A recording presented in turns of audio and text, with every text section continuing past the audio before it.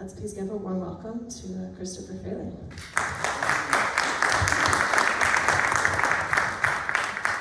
Thank you very much.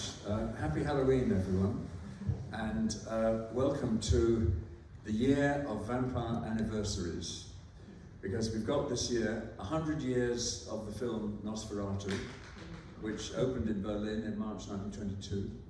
We've got 125 years of the novel Dracula by Bram Stoker, which was published in May 1897.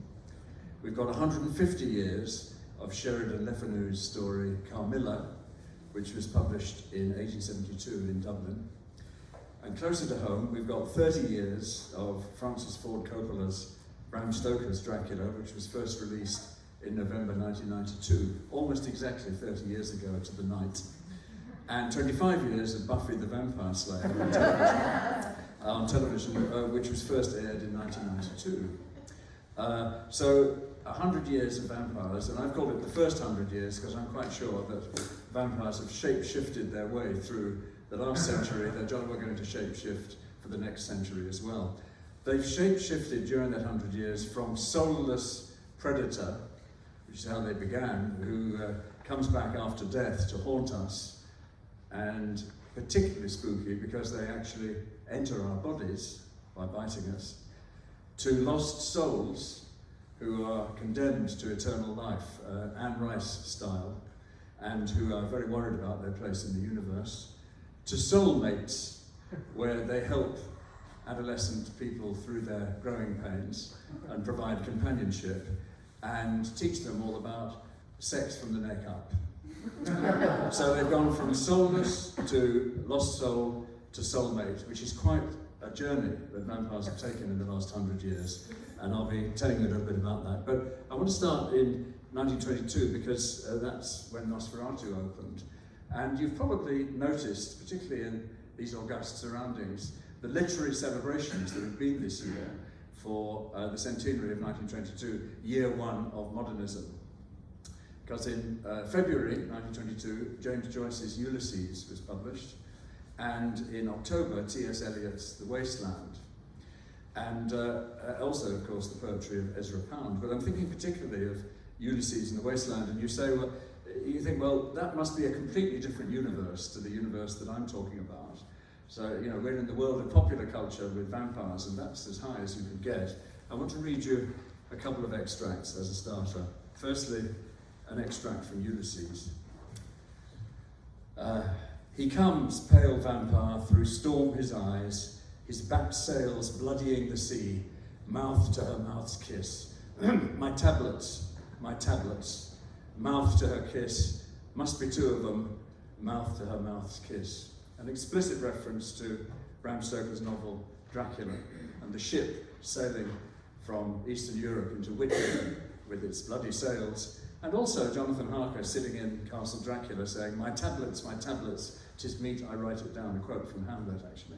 So explicit reference to Dracula in Ulysses, as you'd expect, a fellow Irishman, James Joyce and Bram Stoker. And in The Wasteland, October 1922, a woman drew her long black hair out tight and fiddled whisper music on those strings, and bats with baby faces in the violet light whistled and beat their wings and crawled head downward down a blackened wall, and upside down in air were towers, toiling reminiscent bells that kept the hours, and voices singing out of empty cisterns and exhausted wells. Bats with baby faces crawling head downward down a blackened wall, an explicit reference to Dracula and the Count crawling headfirst down the castle walls, one of the most frightening moments in Bram. So in Ulysses by James Joyce and in The Wasteland by T.S. Eliot, we have very, very strong references to Dracula. So it isn't a matter of high and low, it's a matter of all sorts of things happening in the same year, in 1922. In what way was Nosferatu... Oh, let's get some pictures, hang on. Here we go.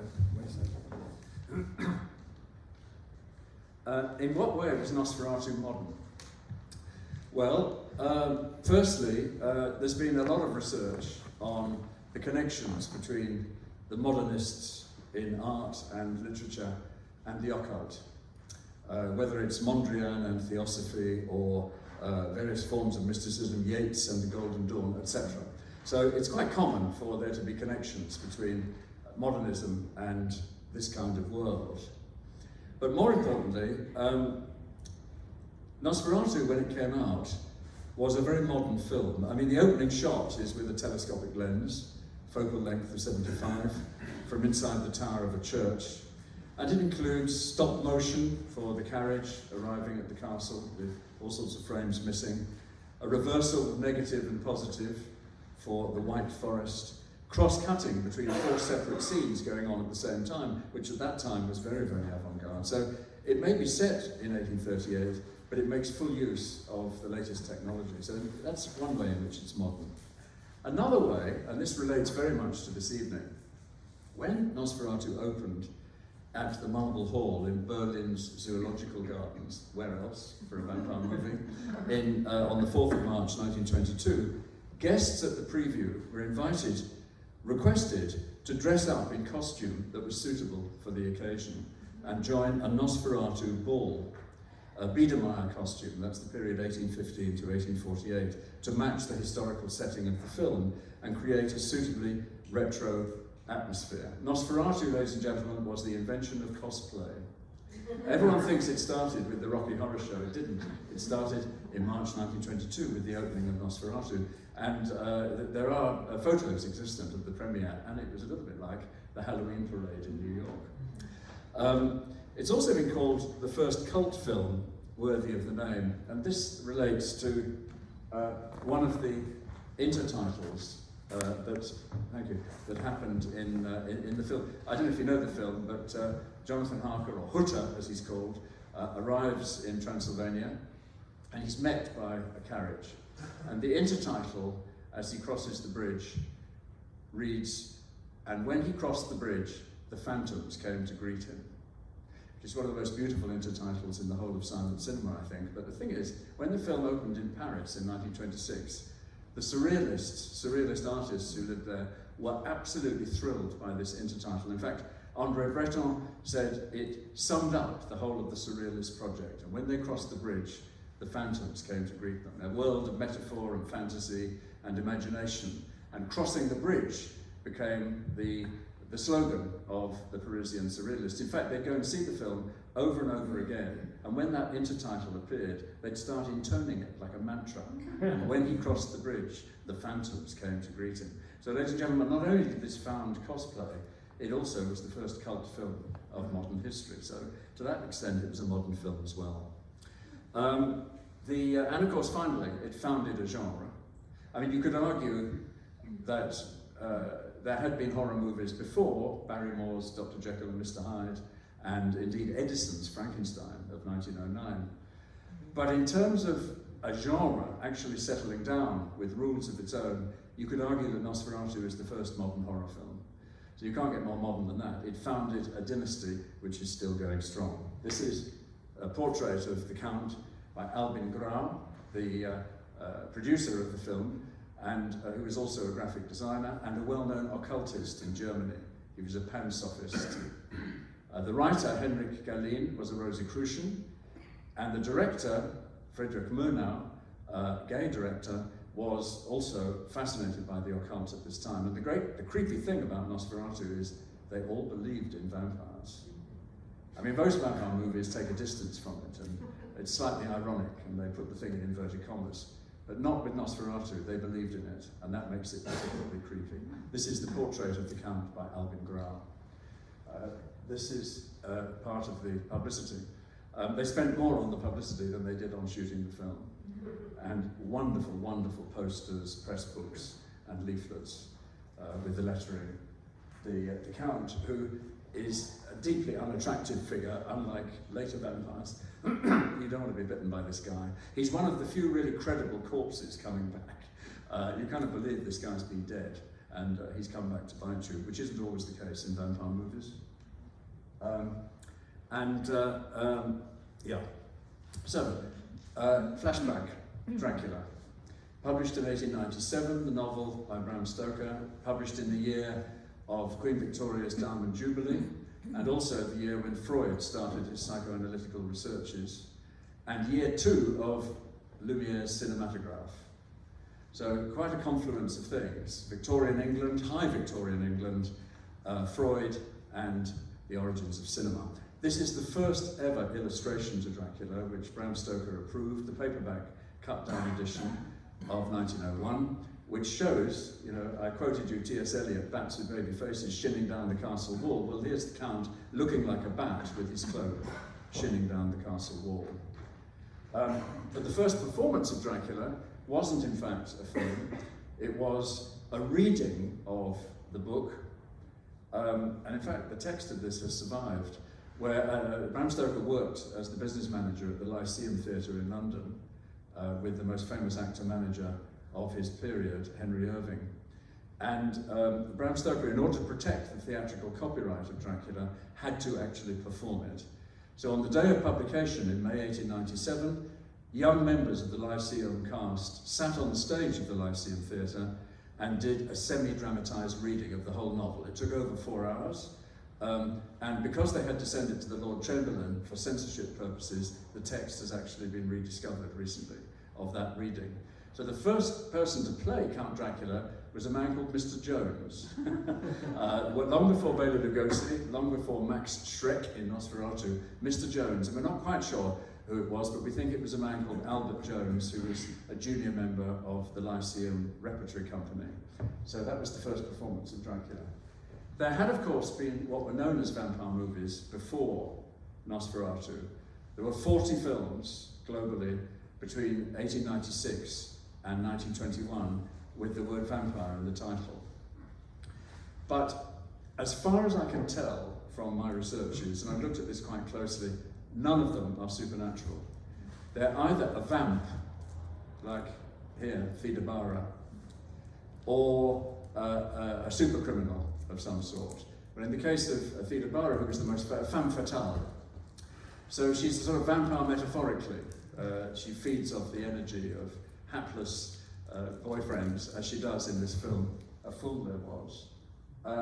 And they called her the Vampire. Her name was Theodosia Goodman. She came from Cincinnati, and Fox decided to market her as a vampish character, so they changed her name to Theda Bara, an anagram of Arab death, and had her photographed in lots of studio photos with large cobwebs and skeletons and spiders and lots of coal around her eyes to make her look rather spooky. But none of her films feature a supernatural vampire. There are other candidates, but believe me, of those 40 films, there isn't one that is a card-carrying vampire movie. That starts in 1922. Super Criminals, the famous Louis Feuillard serial, Les Vampyres, starring the great French actress Musidora as Irma Vep, another anagram of vampire.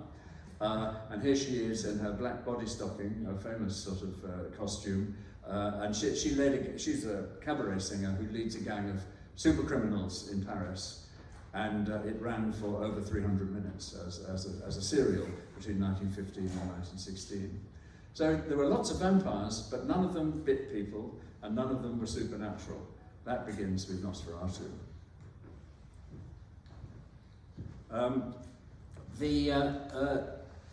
When they made Nosferatu, they hadn't cleared the rights. And Mrs. Bram Stoker, Florence Balcombe, Oscar Wilde's ex-girlfriend, whom Bram Stoker married, she was 65 years old. She was rather impecunious because whatever the value of Bram Stoker's other writings, they didn't make any money. The one property she actually inherited was Dracula. In 1912, just after he died, she sold all his manuscripts. In fact, they've ended up in Philadelphia in a library. So she didn't treat him as a kind of literary figure, she just dispersed all his effects and sold sheets of his notes and all the rest of it all over the place, and tried to eke a living from her late husband's work. So it was very important to her that somebody paid for the copyright when they made a film of Dracula. And when the film, they clearly thought, the makers, that they got away with it.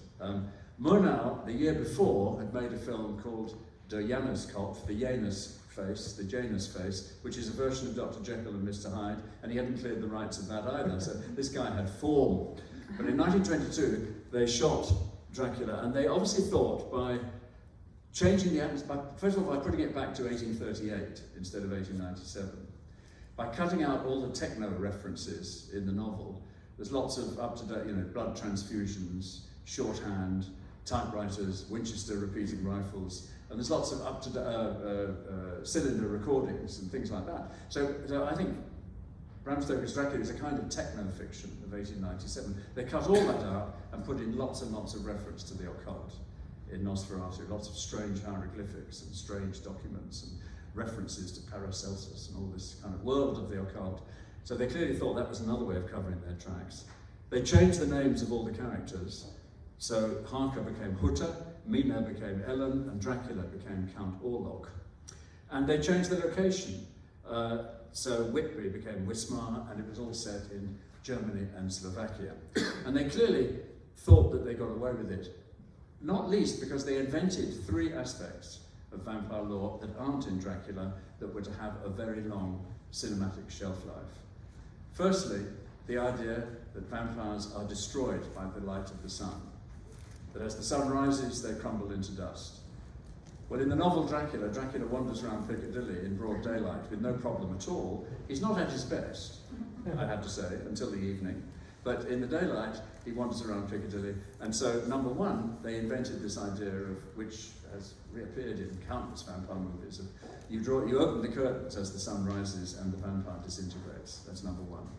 Number two, that the vampire brings with him, in this case him, the plague, associated with rats. And he arrives in Wismar, in Nosferatu, in a death ship, and the rats get off the ship, and the plague begins. 1 bites 2, bites 4, bites 8, and before you know where you are, you've got a pandemic. And of course, the thing about 1922 was members of the audience were survivors of the Spanish flu pandemic, which had spread across Europe from 1918 onwards, and which actually killed more people than the trenches of the First World War.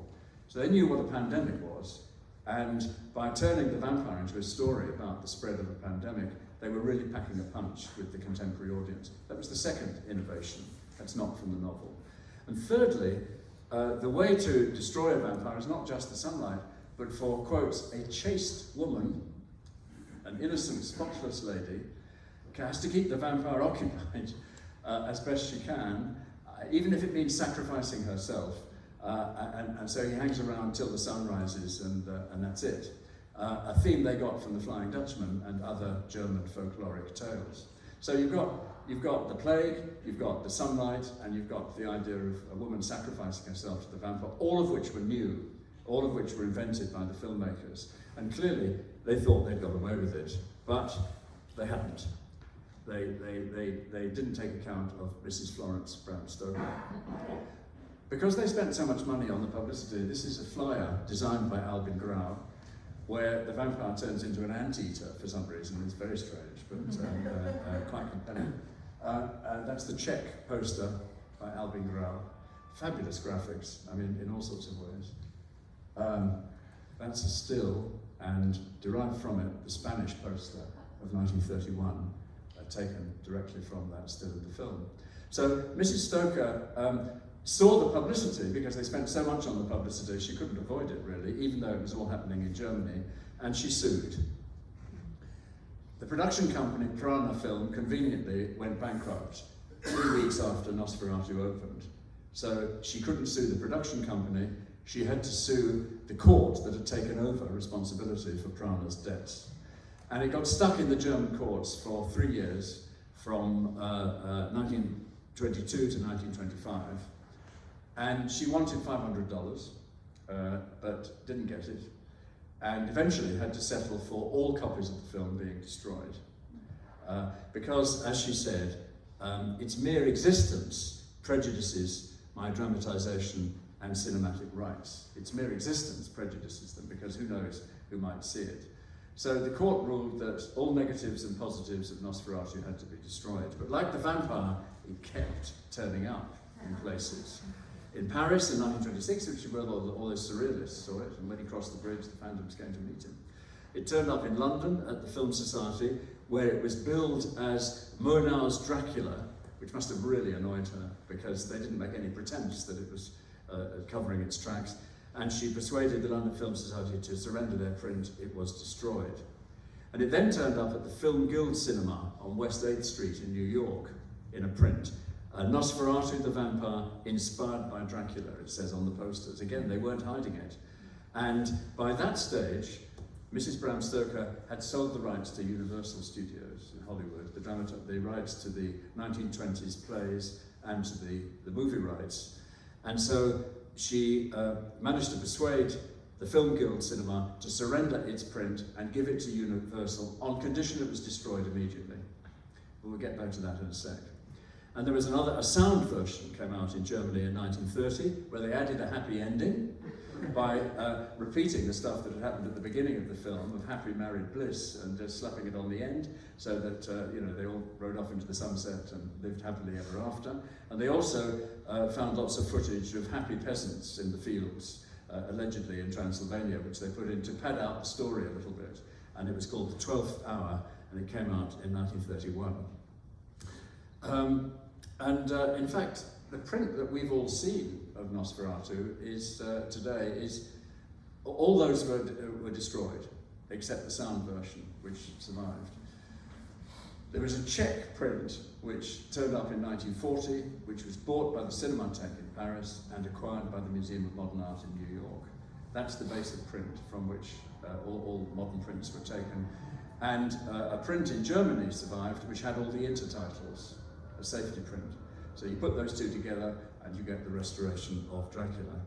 But I want to just get back for a second to this thing of the film going to Universal, because, as I say, they were handed a copy of Nosferatu, the one that had been shown in New York, on condition it was destroyed immediately.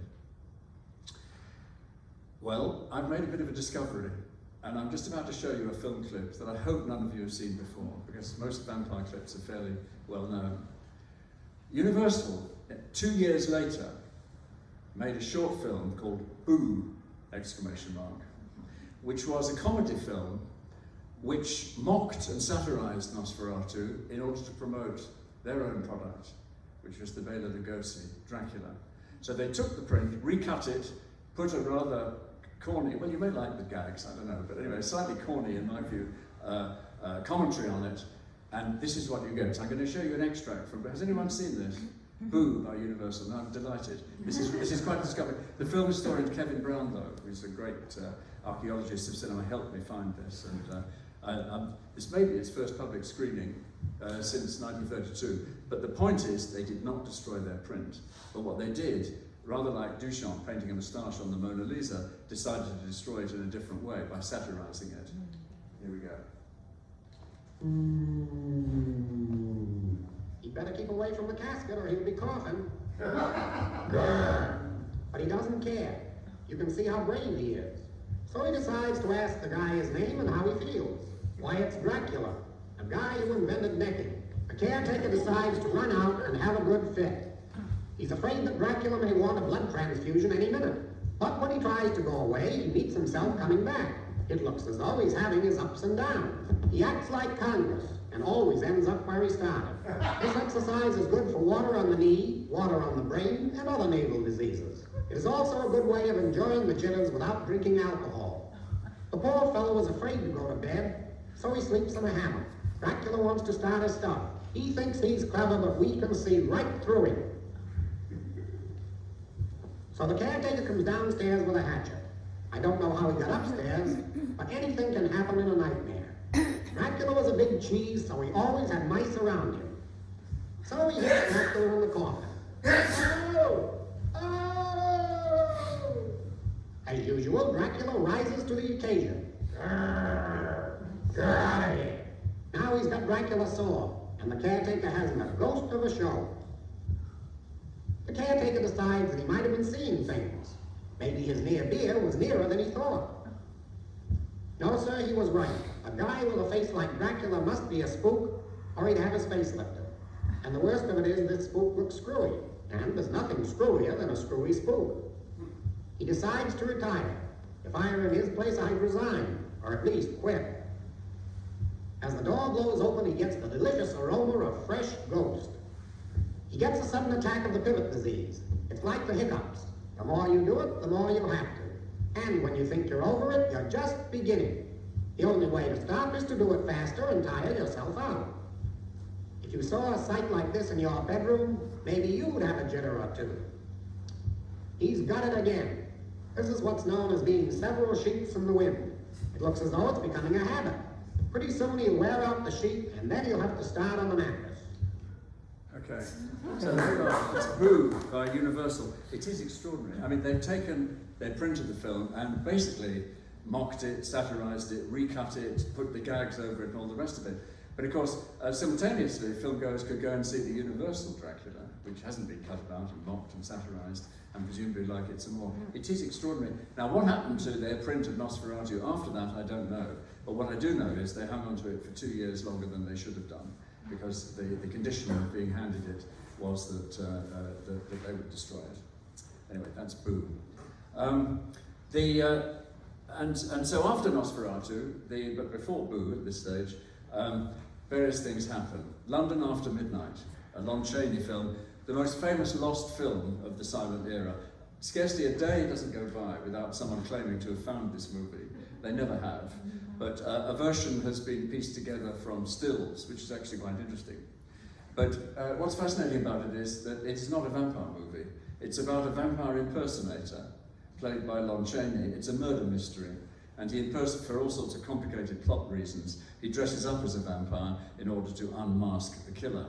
But what's fascinating is that his makeup has gone into popular culture and has become incredibly famous. The shark teeth and the big bulging eyes and the top hat. So this is like a lot of Hollywood silent horror films, it's all explained in the last reel. It's not really supernatural, and there's a natural explanation, like The Cat and the Canary or those sort of films. But of course, probably the most famous is 1930-31, Bela Lugosi, after which evening dress became obligatory, which wasn't in the novel, White Tie and Tails. He was a Hungarian actor. In fact, they started filming Dracula at Universal 1 week after the surrender of the print of Nosferatu. So the print is surrendered, and a week later they start shooting. It has all sorts of strange things about it. I mean, some people have said, it's the clunkiest cult movie of all time because most of the action takes place off screen. Bela Lugosi's delivery of his lines is so slow that it takes up most of the running time.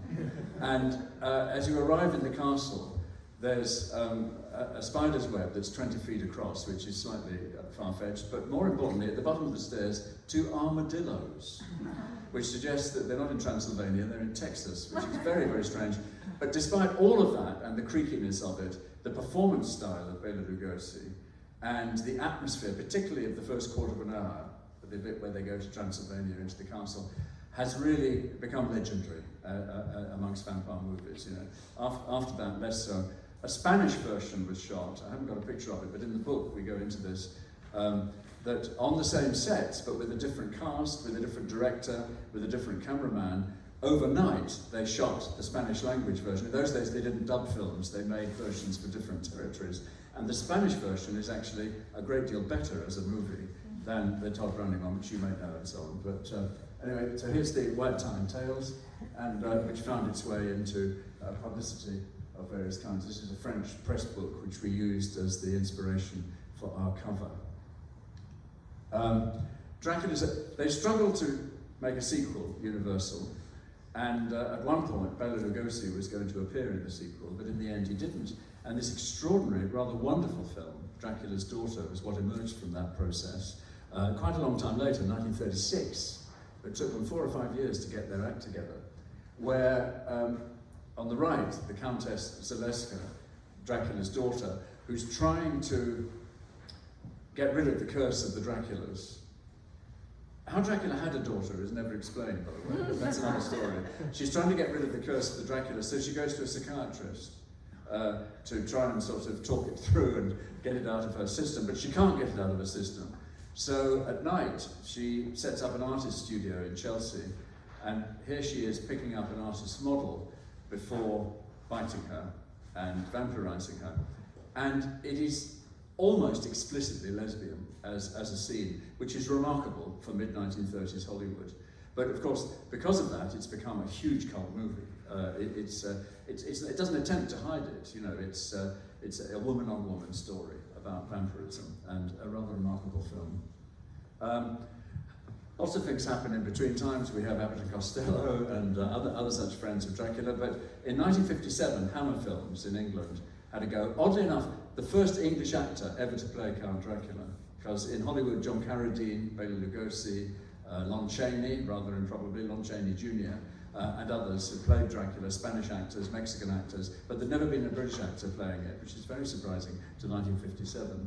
But they decided to turn Dracula into a demon lover and to emphasize the sexual, I mean, it had always been there implicitly, but to make it much more upfront. In fact, the British Board of Film Censors, as it was then called, said they tutted, the sex element is far too prevalent.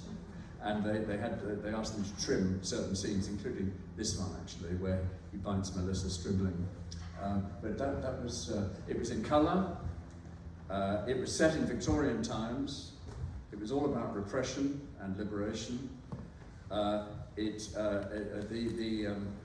victims all had plunging necklines and large bosoms, you know, Hammer style, and it was a huge hit, known in America as the horror of Dracula. Not exactly subtle. The terrifying lover who died yet lived. Lover, this is the approach. And this, I think, is a wonderful poster by Bill Gold of one of the sequels to Hammer's Dracula. Dracula has risen from the grave, obviously. It's a great gag, I think. Christopher Lee became increasingly disillusioned with the sequels because they got further and further away from the novel. And you know, he wanted out, but they kept saying to him, look, you know, a lot of people's employment depends on you appearing, and you're essential to the investors, and you must appear or the movie won't get made. So he agreed, until we get to Dracula AD 1972, where he actually persuaded them to put one line from the novel in it. That was one of his conditions.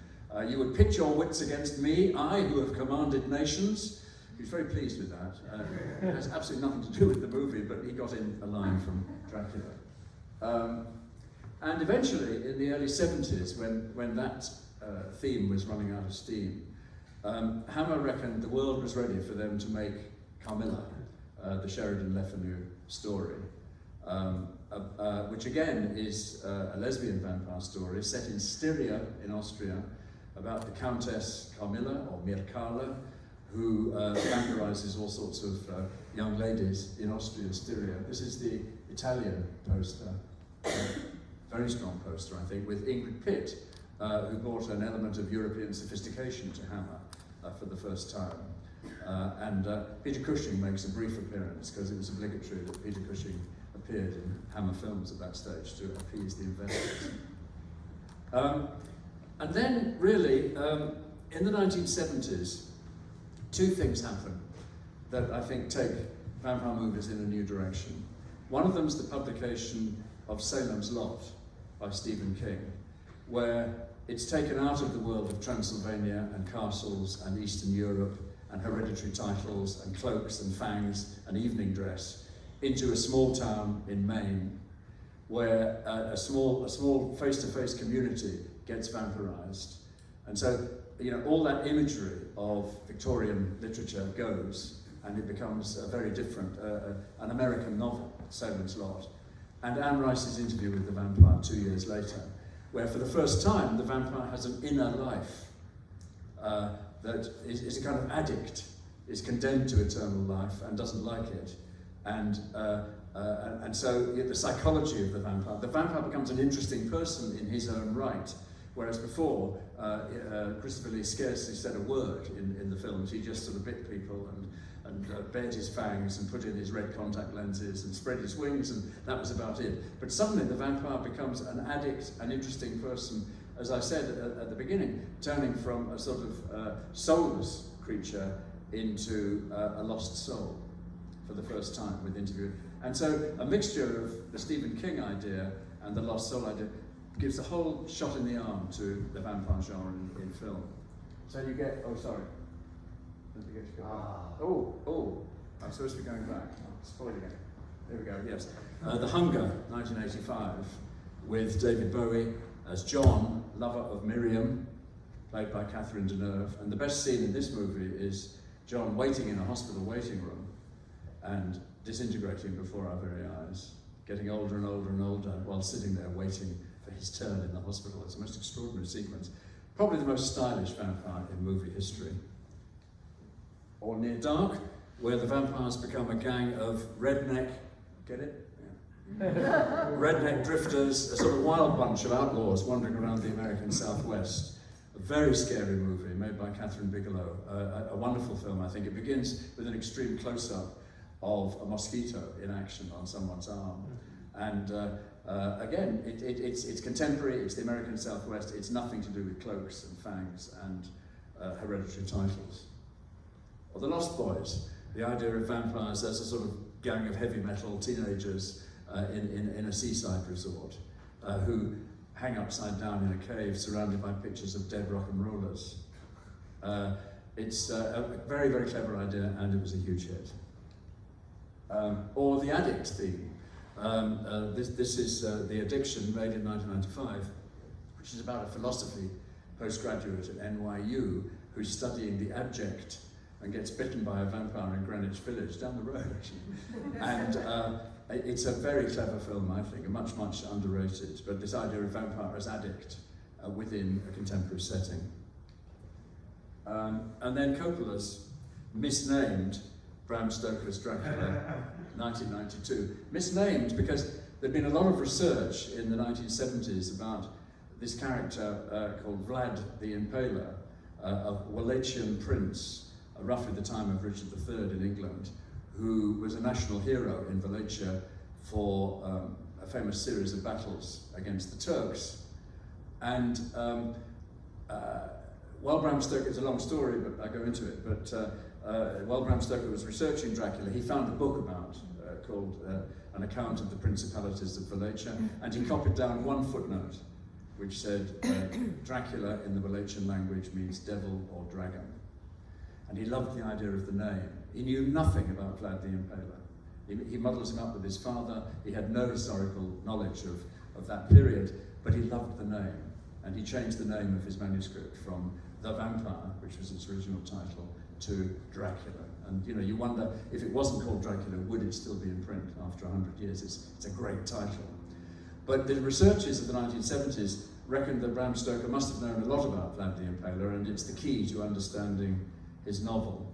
And Coppola picks up on this by framing the story of, it's set in, so Dracula is a Renaissance prince at the beginning, fighting the Turks, who falls in love with this woman, Winona Ryder, and the female in the present day, in Victorian times, is the same woman, and so it's love across the ages, and he becomes the last romantic. Now, whatever the novel Dracula is, it is not a novel about the last romantic.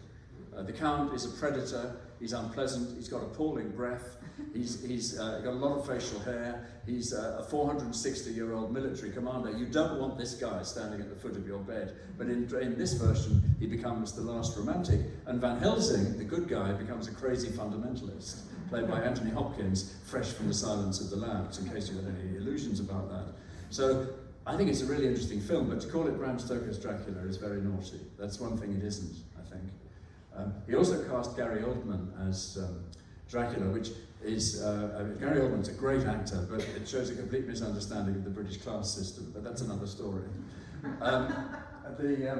This was the publicity, a gargoyle, a sculpture on the wall of Castle Dracula. Brilliant. This was the most expensive horror movie ever made when it was made in 1992. And it got Oscar nominations for costumes and makeup. I mean, horror movies were usually late night. Nothing to do with Academy Awards. It's a different thing where you're in the mainstream like this. Yeah, it did well. Here's one that I don't expect you have seen, but it's 2002, Dracula, pages from Virgin's Diary.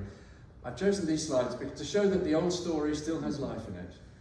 Yes, you can do David Bowie, you can do redneck drifters, you can do heavy metal teenagers, but at the same time you can revisit the original story and still do something interesting with it if you treat it with some respect. This is a film of a ballet by the Winnipeg Royal Ballet, and it is absolutely brilliant.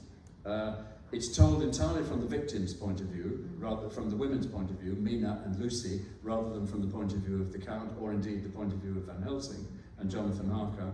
It's shot in the style of Nosferatu, like a flickering black and white silent film.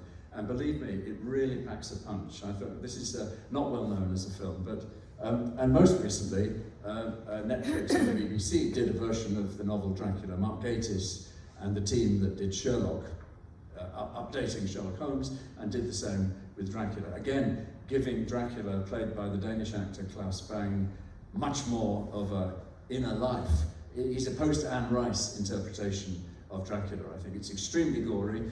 Van Helsing becomes a nun, Sister Agatha Van Helsing, and for once has a convincing Dutch accent. It packs a real punch, the way they've done it. You can do it still. You can still create surprises by going back to the novel. But in the 1980s and 1990s, the canny producers found a way of making the stories appeal to teenage audiences. On the one hand, by turning the vampire into a superhero. This is Blade, where half vampire, half human, lots of martial arts, lots of activity. It's part of the Marvel universe.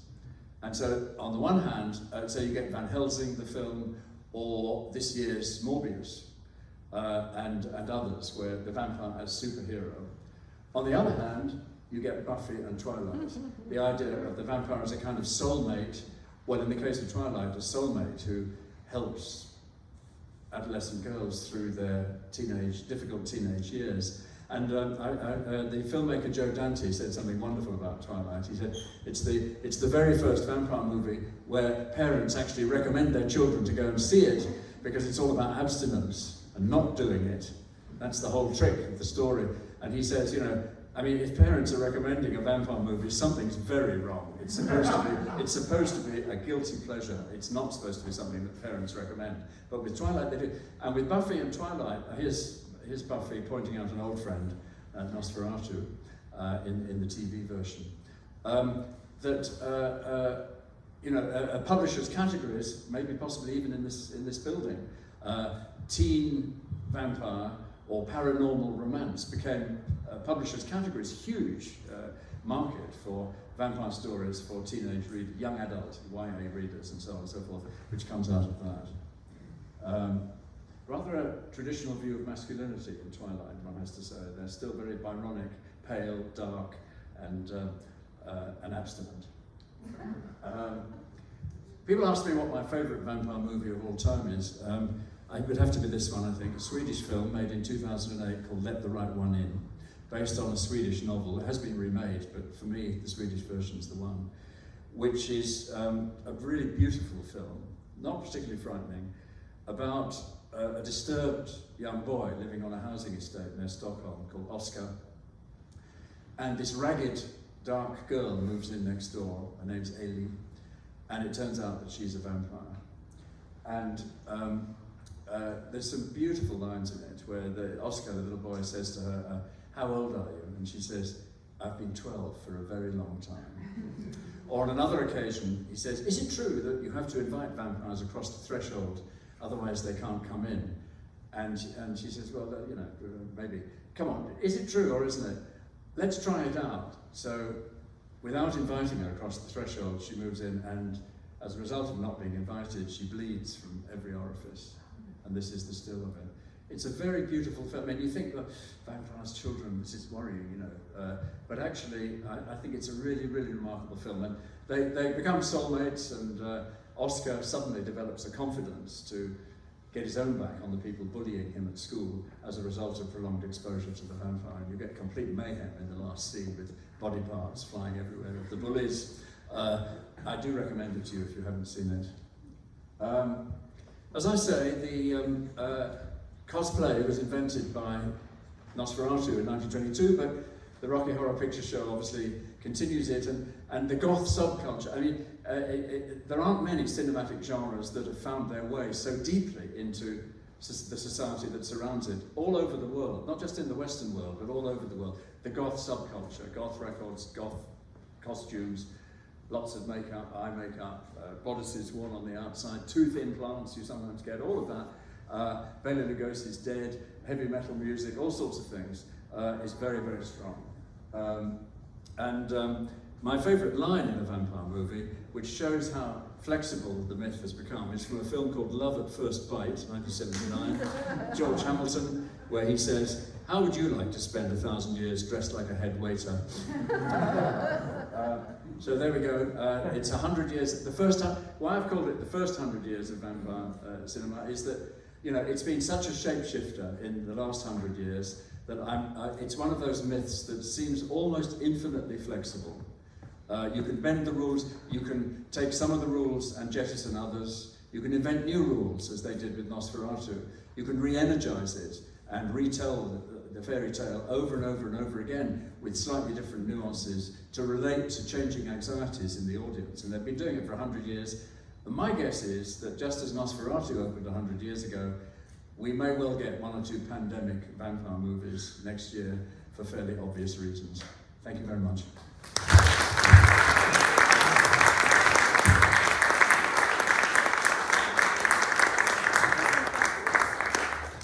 Maybe we can take a few questions if there are any in the audience. Yes. First, that was a great presentation. Thank you very much. Thank you so much. Everything you just said at the end about breaking rules and reinventing new rules and such, and how controversial that can be to like vampire purists. Indeed. What is your take on the movie Daybreakers? Oh dear, did I catch? You got That was me. not meant to be a stumper. No, you got me. Tell me about it. Daybreakers came out about 10 or 15 years ago, and it's about a world where most people are vampires and humans are dying out. So they need to come up with synthetic blood, basically. And Willem like True Blood, plays isn't an ex-vampire who wound up in the sunlight just long enough to lose his vampirism, but not enough to kill him, and Yeah. discovers that he can do that for other people who don't like being vampires. I found it a very interesting take on the subject, but it was kind of controversial because it Yes. does make its own rules. Yes, it relates to I Am Legend, you know, that one, The Last Man on Earth, when everyone's turned into albino vampires except for Charlton Heston or Will Smith, or, you know, etc. Or Vincent Price. Or Vincent Price, indeed.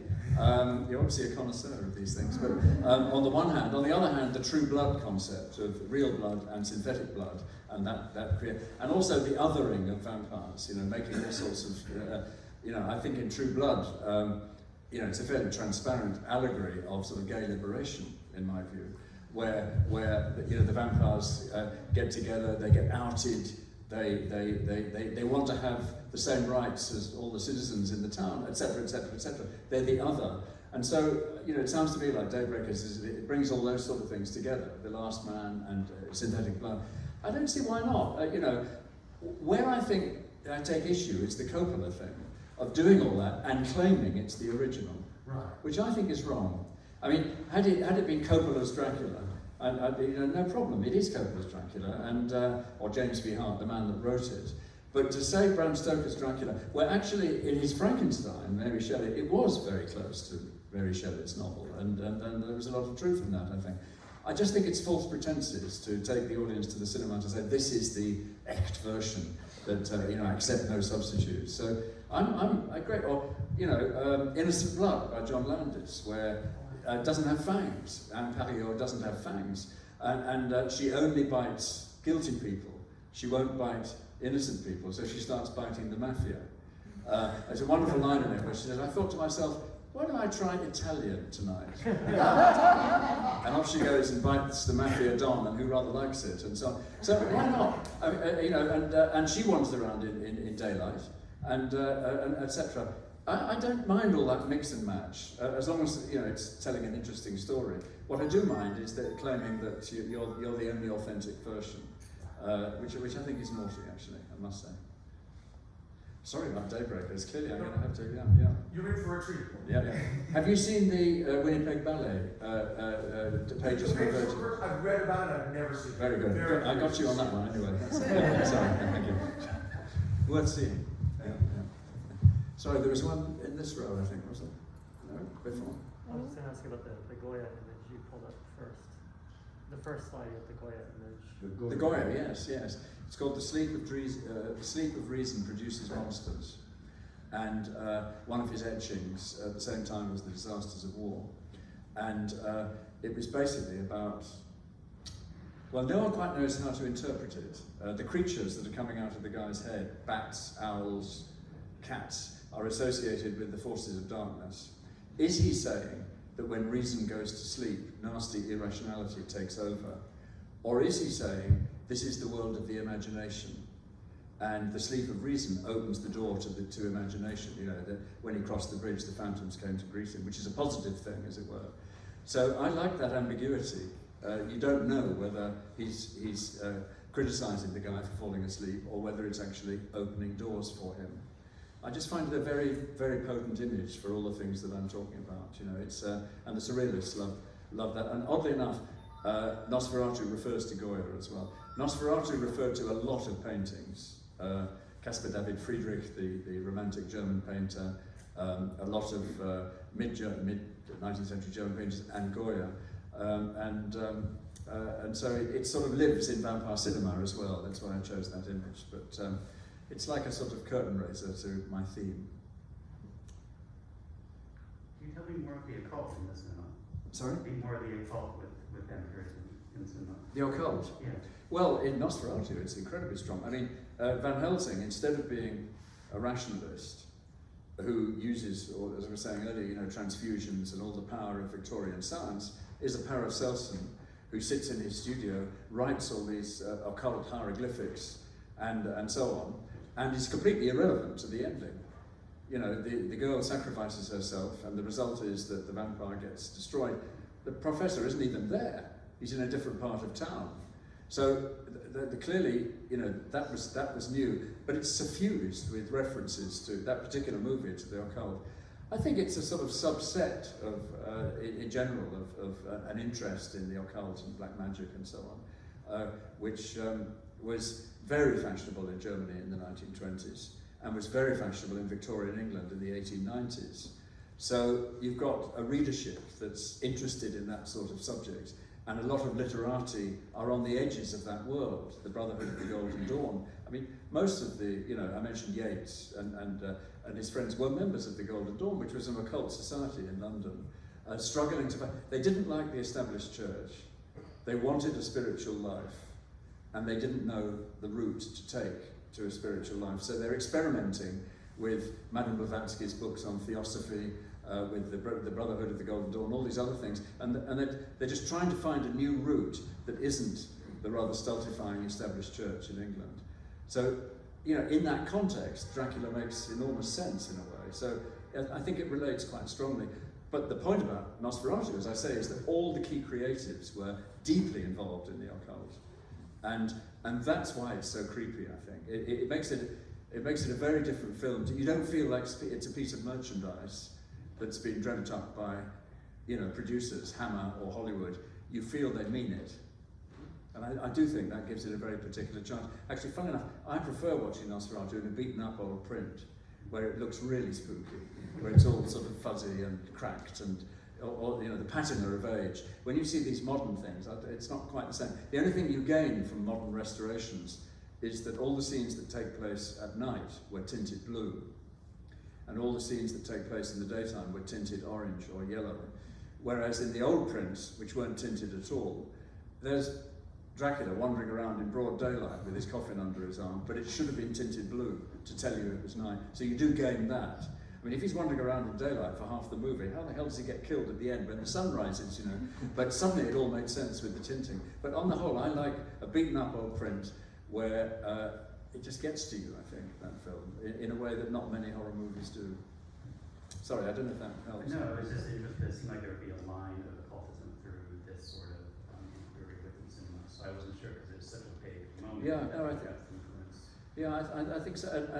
And although, you know, vampires have become, at one level, quite camp, actually, Nosferatu isn't, I don't think. I mean, they tried to make it. What's interesting about Boo is they tried to destroy it, but it still packs a punch, those images.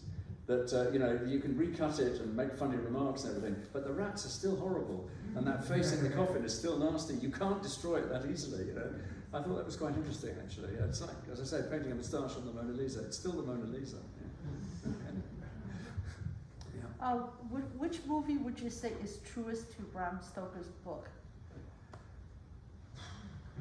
Gosh, that's a very, very good question. Well, not really a movie. There was a 3-part BBC version of the 1970s with Louis Jourdain, oddly enough, as Dracula, where they made a real, and Frank Finlay as Van Helsing, where they made a real effort to dramatize, in the way that BBC costume drama dramatizes classic novels. They treated it as, not as a horror movie, but as a classic novel, as a piece of costume drama. And it's got more of Bram Stoker in it. They go to Whitby. You see them in the Whitby churchyard. They go to London Zoo for the wolf. They go to Highgate Cemetery for the staking of Lucy. And you sense that they are really treating the novel with a lot of respect in the way that those costume dramas do. So the trouble is it's a bit dull, and also the special effects are very clunky indeed when you watch it. So I think it's the most accurate, but that doesn't mean it's necessarily the best. For me, the best is 1957 Hammer, although it takes all sorts of liberties. I mean, I thought I could just explain, and I say this at the end of the book, when I was at school, I was at a boarding school in England, and I cycled to a little village near the boarding school to go and see Dracula, the 1957 Hammer. I was much too young, but I did. And I'd intended to cycle back in order to be back for evening prayers and prep. And anyway, I couldn't leave. I had to watch the disintegration scene. So I watched the disintegration scene, got on my bike and arrived back at school an hour and a half late, for which I was actually beaten, a corporal punishment in those days, with the gym shoe, as we call it. But it was worth it, right? So whenever I see the Hammer version, I get a pain in my bottom. And that makes it particularly frightening. But also, you know, it's like children's book illustrations, that when you see them at an impressionable age, they stay with you in all sorts of ways. You know, they really are indelible. And so I saw that when I was 11, and 12, sorry, when I was 12. And it just made this indelible impression. Christopher Lee standing at the top and said, "I am Dracula and I welcome you to my house," and all this. For that reason, for me, that stuck as the one. And I couldn't read Dracula after that without seeing the movie in my head. I couldn't get, like when you get very strong illustrations in a children's fairy tale, you can't get those illustrations out of your head when you're reading the story. So I'd say it's not the most accurate, but for me, it's the best. 1957 Hammer. And one of my favorite films is Countess Dracula. Oh yes. Ingrid Pitt. Yes, so we've And got it a was nice spread on that. Also, probably the sexiest film. Yeah, Ingrid Pitt again. Yeah. And Nigel Green in the Vincent Price part as her courtier and so on. Yes, it's Ingrid Pitt always thought that film wasn't gory enough. I thought it was quite gory, actually. You know, bathing in the blood of It virgins. was so vivid because it was in color. Yeah. Yes, no, absolutely. And again, that was research. You know, that all this research into Vlad, on the one hand, and on the other hand, into Countess Elizabeth Báthory, the bloody Countess, which was going on at the same time. Because she was put on trial for her crimes, for allegedly bathing in the blood of virgins and so on, the court records have survived. So you can write a biography of her based upon the court record. I mean, most of these things have disappeared. There's no written records left. So it's a very rich record for Countess Báthory. And so various books were coming out. And so Hammer thought, yeah, again, a bit naughty, the title. I mean, she ain't Countess Dracula. She's Countess Báthory, who has her own identity and her own history. But it was you have to have the D word in the title. But I agree with you. It's a slightly underrated. But I think Ingrid Pitt actually is underrated as a vampire actor. She brought something to it. She brought this world of European sophistication instead of Shakespearean British actors. I found out something very interesting actually when I was doing the book. The original play of Dracula, 1925, starred a man called Hamilton Dean, who was an actor-manager, who helped to adapt Dracula into a drawing room play. Fog, fangs and French windows, you know, that sort of thing. And it was a great success, right? Hamilton Dean. And it was then adapted for the Broadway stage, which is what Universal bought, which is why it's so stage-bound, the movie. Then you get Hammer in 1957 with Peter Cushing as Van Helsing and Christopher Lee as Count Dracula. Laurence Olivier's Hamlet, his film, which comes in between the two, which won the Academy Award as the best film of the year, if you look very, very closely, Hamilton Dean plays one of the courtiers, Christopher Lee plays one of the soldiers on the battlements, and Peter Cushing plays Osric. So you've got the two traditions of Dracula in one movie.